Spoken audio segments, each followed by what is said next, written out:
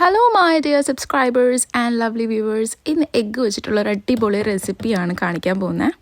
ഈ tomato frozen ആണ്. ഇത് ഫ്രീസ് ചെയ്യാനുള്ള കാരണം UK നമ്മൾ വെജിറ്റബിൾ ഒരു 5 ദിവസമൊക്കെ ഫ്രിഡ്ജിനകത്ത് വെച്ചിട്ടുണ്ടെങ്കിൽ ഒരു ബ്ലൂ കളർ ഫംഗസ് അടിക്കും.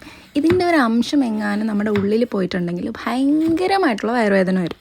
ഇതും കൊണ്ട് നമ്മൾ ഹോസ്പിറ്റലിൽ പോവുകയാണെങ്കിൽ അവർ പറയും പാരസെറ്റമോൾ കഴിച്ചാൽ മതി, റെസ്റ്റ് എടുത്താൽ മതി, വെള്ളം കുടിച്ചാൽ മതി, അസുഖം കൂടാണെങ്കിൽ മാത്രം വന്നാൽ മതി എന്നൊക്കെ.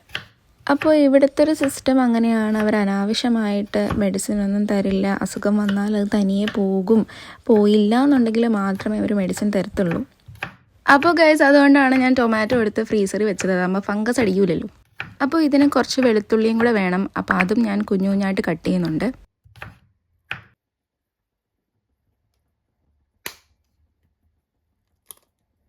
ഇനി നമുക്ക് വേണ്ടത് 2 എഗ്ഗാണ്. ഇത് പൊട്ടിച്ചൊരു ബൗളിലേക്ക് ഇടാം.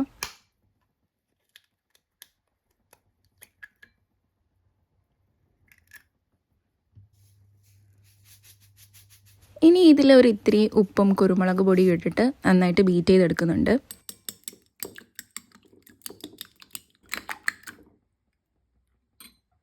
ഇനി നമുക്കൊരു പാനിൽ എണ്ണ ചൂടാക്കിയിട്ട് ഇത് സ്ക്രാമ്പിൾ ചെയ്തെടുക്കാം.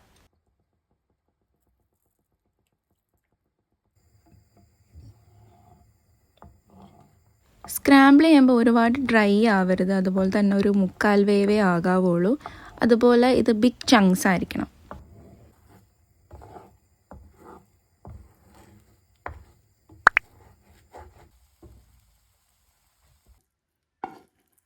ഇനി ഇതൊരു ബൗളിലേക്ക് ആക്കിയിട്ട് മാറ്റി വെക്കണം. ഇനി നമ്മളിതിനൊരു ഗ്രേവി പ്രിപ്പയർ ചെയ്യാൻ പോവുകയാണ്. ടൊമാറ്റോ ബേസ് ഗ്രേവിയാണ്. അപ്പോൾ അതിന് വേണ്ടിയിട്ട് പിന്നെയും ഒന്നുകൂടെ പാന് ചൂടാക്കുക, കുറച്ച് എണ്ണ ഒഴിക്കുക. ആദ്യം വെളുത്തുള്ളി ഇട്ട് കൊടുക്കുക, പിന്നെ ടൊമാറ്റോ ഇട്ട് കൊടുക്കുക.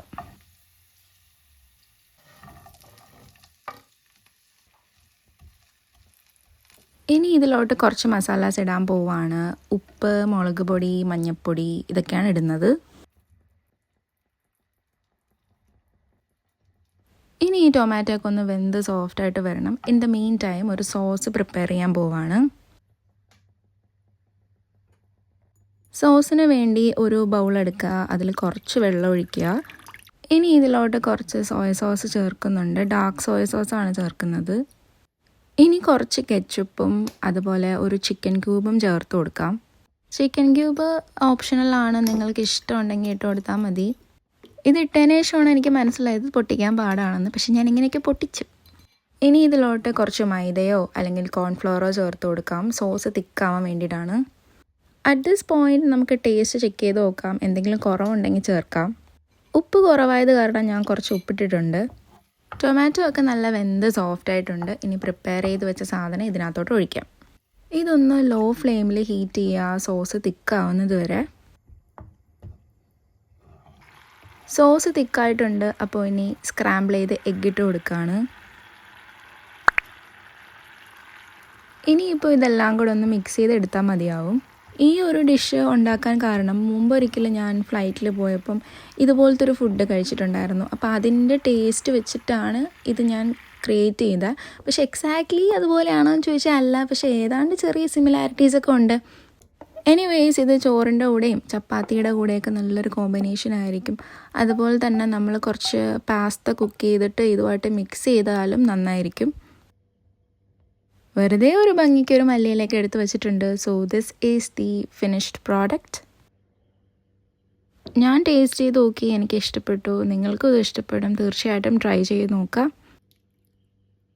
അപ്പോൾ എൻ്റെ വീഡിയോ എല്ലാവർക്കും ഇഷ്ടപ്പെട്ട് കാണും എന്ന് ഞാൻ പ്രതീക്ഷിക്കുന്നു. ഇഷ്ടപ്പെട്ടിട്ടുണ്ടെങ്കിൽ തീർച്ചയായിട്ടും ലൈക്കും സബ്സ്ക്രൈബും ചെയ്യുക. Okay, by.